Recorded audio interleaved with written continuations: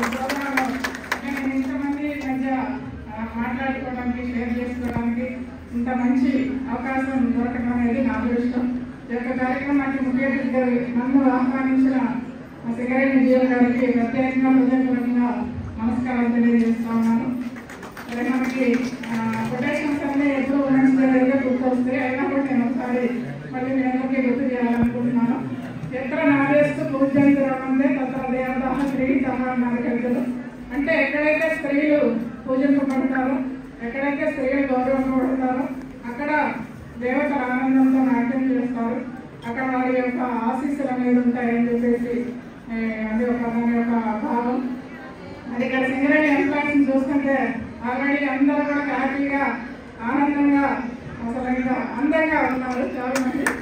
అంటే వీళ్ళందరినీ చూస్తుంటే దేవతలు ఎక్కడెక్కడ జరుగుతున్నారేమో హ్యాపీగా ఉన్నారేమో అని చెప్పేసి నాకు అనిపిస్తూ ఉంది. అది నిజం కూడా. అంటే మనం ఏం చేస్తున్నా ఏంటనేది కూడా మనకి ఒక కార్యక్రమానికి హాజరవడానికి కానీ, లేకపోతే మనం మాట్లాడే విధానం కానీ, ఇక్కడ ఉన్న పిల్లలందరూ చూస్తుంటే నాకు ఎంత హ్యాపీగా అనిపిస్తుంది. ఎంకరేజ్ చేస్తున్న వాళ్ళతో చూస్తే సుమా గారు కూడా పనికి రాదని అనిపిస్తుంది నాకు. మంచిగా ఉన్నత విద్యావంతులు వాళ్ళిద్దరు కూడా. మైనింగ్ ఇంజనీర్ గారు ఒకళ్ళు, తర్వాత రెస్క్యూ టీంలో పనిచేస్తున్నారని చెప్పేసి కూడా పేరు మౌనిక గారు, కృష్ణవేణి గారు మైనింగ్ ఇంజనీర్, అట్లాగే మౌనిక గారు రెస్క్యూ టీంలో పనిచేస్తున్నారని ఇప్పుడే జేఎం గారు నాకు చెప్పడం జరిగింది. అంటే వాళ్ళకి బాగా చదువుకున్నారు, తన కాళ్ళ మీద తను నిలబడ్డారు. ఎంత ఆత్మవిశ్వాసం, ఎంత అందం పొలిటిక్స్ ఆడుతుందో, ఎంత బాగా మాట్లాడుతున్నారు, అందరికీ ఇన్స్పిరేషన్గా మాట్లాడుతున్నారు. అది ఎందువల్ల వచ్చింది అంటే వారికి ఉన్న విద్య వల్ల వచ్చింది, వారికి ఉన్న చదువు వల్ల వచ్చింది, అదే ఉద్యోగం వల్ల వచ్చింది, తర్వాత వాళ్ళు పెరిగిన పరిస్థితులను బట్టి వచ్చింది, వాళ్ళ ఇంట్లో వాళ్ళ ఎంకరేజ్మెంట్ గురించి వచ్చింది. అట్లాగే సింగరేణి వాళ్ళు కూడా వాళ్ళని ప్రోత్సహించుకునే ఈ యొక్క కార్యక్రమాలన్నీ కూడా వాళ్ళ వెనక ఉండటం వల్ల వారి రోజు యొక్క వేదిక మీద చాలా చక్కగా మాట్లాడుతున్నారు, ప్రోగ్రామ్ అనేది కండక్ట్ చేస్తూ ఉన్నారు.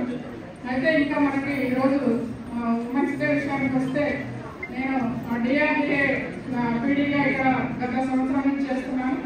అప్పటి నుంచి కూడా అడిషనల్ కలెక్టర్ పోస్ట్ అనేది ఖాళీగా ఉండటం వల్ల అడిషనల్ కలెక్టర్ లోకల్ బాడీస్గా కూడా ప్రియాంక మేడం ఉన్నప్పుడు నాకు డిఆర్డీఏగా రావడంతో, ఖమ్మంలో డిఆర్డీఏగా 3 సంవత్సరాలు చేసి ఇక్కడ రావడం అనేది జరిగింది. ఇక్కడ రావడంతో మళ్ళీ డిఆర్డీఓతో పాటు అడిషనల్ కలెక్టర్ కూడా నేను బాధ్యత నిర్వహిస్తూ ఉన్నాను.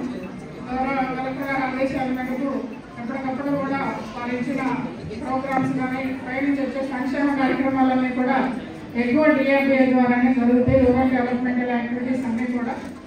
ముఖ్యంగా మహిళల విషయానికి వస్తే, ఈరోజు గౌరవ ముఖ్యమంత్రి గారు పెద్ద ఎత్తున అంతర్జాతీయ మహిళా దినోత్సవం సందర్భంగా సికింద్రాబాద్ పెరేడ్ గ్రౌండ్స్ లో మహిళలందరికీ కూడా 150 ఉమెన్ గ్రూప్స్ కి ఆర్టీసీ బస్సులు అనేది లోన్ రూపంలో ఇస్తున్నారు. ఆ కార్యక్రమం ఇనాగరేషన్ కూడా అక్కడ ఉంది. అట్లాగే సోలార్ పవర్ ప్లాంట్స్ కూడా ఉమెన్ గ్రూప్స్ కి ఒక్కొక్కటి 3 crores ప్రాజెక్టు. ప్రతి జిల్లాకి కూడా 2 శాంక్షన్ చేయడం అనేది, అన్ని జిల్లాలకు సంబంధించిన స్టేట్ ప్రోగ్రామ్ కూడా ఈరోజు ఓపెనింగ్ అనేది జరుగుతుంది. మీకు అందరికీ కూడా తెలుసు, ప్రోగ్రామ్ అంటే రాష్ట్ర ప్రభుత్వం ఏర్పాటు చేసినప్పటి నుంచి కూడా మహిళలకు పెద్దపీట వేస్తూ ఆర్టీసీ బస్సుల్లో కూడా మనకి మహిళలకు ఉచిత బస్సు సౌకర్యం అనేది కల్పించడం ద్వారా మొదటగా మహిళలతోనే ప్రోగ్రామ్ అనేది చేయడం అనేది జరిగింది. అట్లా మహాలక్ష్మి పథకం ద్వారా కూడా గ్యాస్ కనెక్షన్స్ కూడా 500 రూపాయలకి ఇవ్వడం అనేది కూడా ఈ యొక్క ప్రభుత్వంతోనే స్టార్ట్ అయింది. మీకందరికీ కూడా తెలిసి ఇలాంటి మంచి మంచి కార్యక్రమాలన్నీ కూడా జరుగుతూ ఉన్నాయి. ఇంకా డిఆర్డీఏలో వచ్చేసి మహిళా శక్తి కార్యక్రమాలు అని చెప్పేసి ఎవరైనా గ్రూప్స్ లో ఉన్న వాళ్ళు చిన్న అంటే ఎంటర్ప్రినర్స్ గా ఎదగాలంటే లోన్స్ ఏం కావాలన్నా కూడా 1 లక్ష నుంచి 10 లక్షల వరకు కూడా రుణ సౌకర్యం ఇచ్చే అవకాశం ఉంది. అలాగే ప్రధానమంత్రి formalisation of micro food process units అని చెప్పేసి కూడా ఉంటాయి. పిఎంఎఫ్ఎంఈ స్కీమ్ అని చెప్పేసి అది 35% సబ్సిడీతో మహిళలకి ఏ రకమైన ఫుడ్ ప్రాసెస్ యూనిట్స్ పెట్టుకోవాలన్నా కూడా లోన్స్ ఇచ్చే అవకాశం కూడా మనకి ఆ స్కీమ్ ద్వారా డిఆర్డీఏ నుంచి ఉన్నది. ఇంకా ఏ రకమైన బిజినెస్ చేసుకోవాలనుకున్నా, ఆల్రెడీ వాళ్ళు ఏదైనా ట్రైనింగ్ పొంది ఇంకా ఏదైనా ఉపాధి కావాలనుకున్నా, ఏదైనా యూనిట్ పెట్టుకోవాలనుకున్నా కూడా గ్రూప్స్ లో ఉన్న వాళ్ళందరికీ కూడా అంటే దాదాపు 1,75,000 మంది మహిళలు గ్రూప్స్లో ఉన్నారు. వాళ్ళందరికీ కూడా ఈ విధంగా రుణం ఇచ్చే సౌకర్యం ఉంది. వీటితో పాటుగా లైవ్ స్టాక్ యూనిట్స్ పెట్టుకునే వాళ్ళకు కూడా రుణాలు ఇచ్చే సౌకర్యం ఉంది. ఇంకా నిరుద్యోగులైన యువకులు ఎవరైనా ఉంటే వాళ్ళకు కూడా ఎంప్లాయ్మెంట్ జనరేషన్ కోసం, అట్లాగే స్కిల్ డెవలప్మెంట్ కోసము ఈజీఎంఎం ద్వారా, ఆర్సిటీ ద్వారా వాళ్ళకి కంప్యూటర్కి సంబంధించిన కోర్సులు కానీ, ఇంగ్లీష్కి సంబంధించిన కోర్సులు కానీ, అట్లాగే ఇంకా వాళ్ళు అంటే స్కిల్ టైలరింగ్ కానీ ఇట్లాంటి ఏవైనా సరే వాళ్ళు చేసుకోవడానికి కూడా శిక్షణ కార్యక్రమాలు ఇవ్వడానికి కూడా మనకి డిఆర్డీ నుంచి అవకాశం ఉంది. ఇంకా పెన్షన్స్ కానీ, ఉపాధి హామీ స్కీమ్స్ కానీ అన్నింటిలో కూడా మహిళలకు కూడా సంబంధించిన ప్రాధాన్యత ఇస్తూ కూడా అనేక రకాల స్కీమ్స్ డిఆర్డీఏ ద్వారా ఇంప్లిమెంట్ చేయడం అనేది జరుగుతుంది.